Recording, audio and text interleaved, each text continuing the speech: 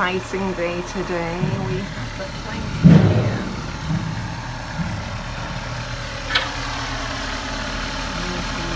Here. Set up to saw the trunks up. And Mark's bringing the trunks round.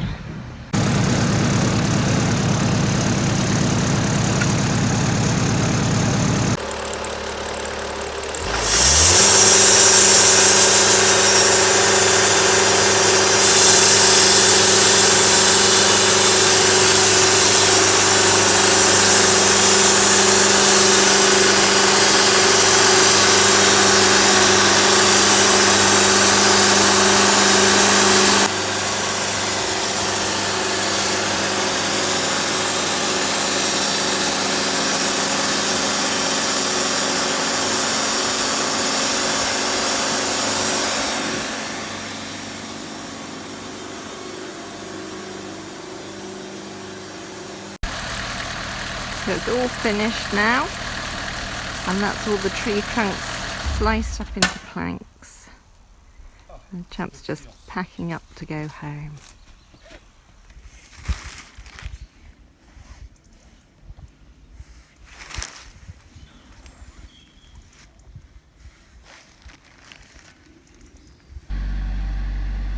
Now it's taking it to the barn so that it can get dried. Can't use it until it's dried a bit.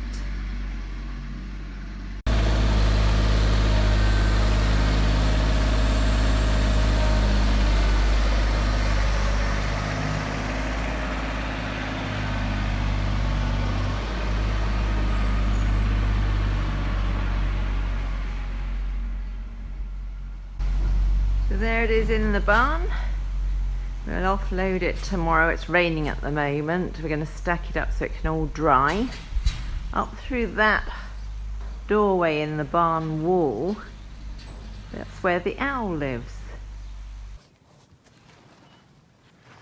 Barbara's just been busy emptying the trailer of all the planks we've had cut, and we've just stacked them all. We have 74 planks of varying widths, all about 3 meters long, plus this plank, which is a bit thicker, because that would make a nice tabletop. So yeah, that's all the planks stacked to dry. Been making a gate for the potager, so I've been using this is tile spline, which I've just cut down and rounded the end off of, and the back bit here is a piece of wood that I just found lying around. I just cut it up into strips and made a gate for the potager. I'm just reinstating the path to the deck in the little copse of plane trees. We cleared all the undergrowth last year, so we spent a bit of time. We thought it was just taking out low brush through here, but in fact, I don't know if you can see, there's a stack of wood there. That's the trunks from the trees that we took out. We thought they were all saplings, but they were actually 40 foot tall. And this has just taken this area back to what it was originally. They planted the plane trees here. I think there's 22 of them. And also they planted the ones around the drive as well, lining the drive. One of my jobs today is reinstating the path to the deck. Mark's off down that way making a lot of noise. He's on the edge of the lawn at the front. He's just taking the brambles back to the edge of the woods. So this is all woodland through here. So last year we took down all the scrub that was in here. It was all young trees of 40 foot and below, and put the deck in. We had a little path here going from the lawn onto the deck. which was just covered in chippings. So I'm just putting some weed suppressant under the chippings now that we have a lot of weed suppressant. All the paths that we put round the grounds now are going to have weed suppressant underneath them, so we don't have to keep revisiting them to weed them. There's the path all completed, so can't really see I've been there. The weeds have gone, that's about it, but now there's membrane under there, that should stay weed free. Mark's going to be mowing this lawn. He's progressing through all the grounds with the mower, so he's going to do it the first spring cut through here later.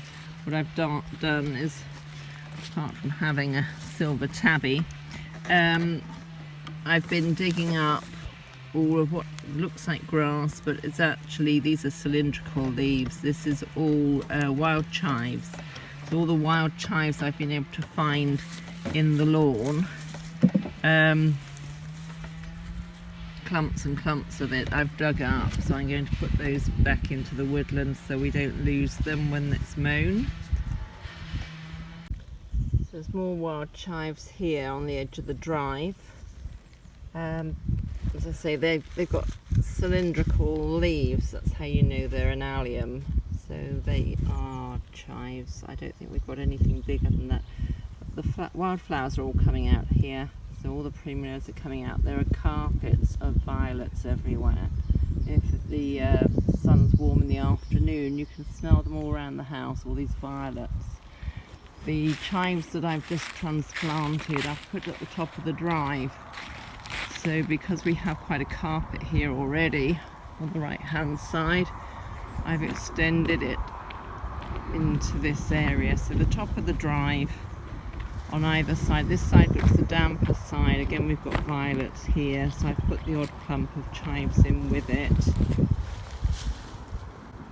And we've got lots of lovely primulas coming up too. It seems to be a drier side, the opposite side of the drive. There's not so much growth there, but again, I've put some over here just to see how they do. So that's some of my transplanted ones. So I've put about 10 clumps. Now we have the new potager well on the way. We're now thinking about the next area, which is here. And this is going to be our orchard and where we have the chickens, and we're also going to put the bees along this perimeter. So we've got the 2 beehives here. Unfortunately, both are now empty again. But we know that in the spring lots of swarms come through, so we don't think that's going to be a problem refilling them. We're going to set them up within the brambles up here. I'm just going to make 2 little areas, just trim out a couple of semicircles in here and one a bit further up there that sort of look fairly bare already, but I'm going to trim those out of brambles and make a little walkway coming through from that area. So that is like a driveway, a rear drive that's also tree lined, goes through there and then joins to another one which is going this way, and that then joins to one that goes away from us that way with very, very old oak trees on it, well over 200 years old. I just realised where Mark's working, so he's mowing what will be the glamping field, and I realised we've left a test pit uncovered here, so I'm going to come and fill it up before he ends up putting a wheel in it. So down here we've got a foot square, or 50 centimetres square, and about, I don't know, it's a bit deeper than that, about 70 or 80 centimetres deep. I don't want the tractor wheel to go down that. I think he's forgotten about it. So I'm going to fill it in before he gets this far, and that was a test pit for finding out what type of soil we have. We had to dig it, fill it with water and time how long it took to drain away. But we're sat on clay and it was still there 2 weeks later. the last sort of half an hour before dusk, and I've come down to the pond, or one of the ponds. This one has a shed on it. I've no idea what it was used for. I've just cut back all the brambles and young trees in front of it, and it does go out over the water. So I think it's for putting a little boat on the pond. I mean, the pond isn't huge, but big enough to have fish in. And this seems to have some kind of winding mechanism, as though it's taking something down to the water. It's a bit dilapidated like everything else, but yeah, there's a winder on that side. Nice construction and a tile roof. My finger's in the way.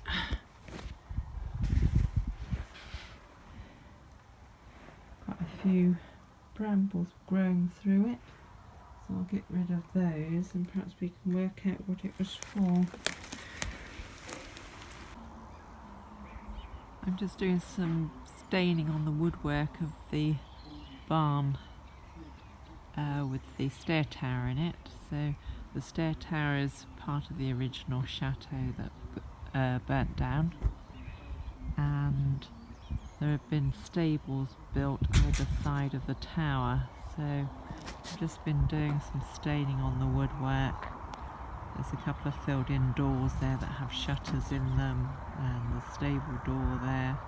I've yet to do the one above, and then this is the side that I haven't done anything on. Mark's just making some new shutters for in those windows there, so there's a fair bit of work still to do.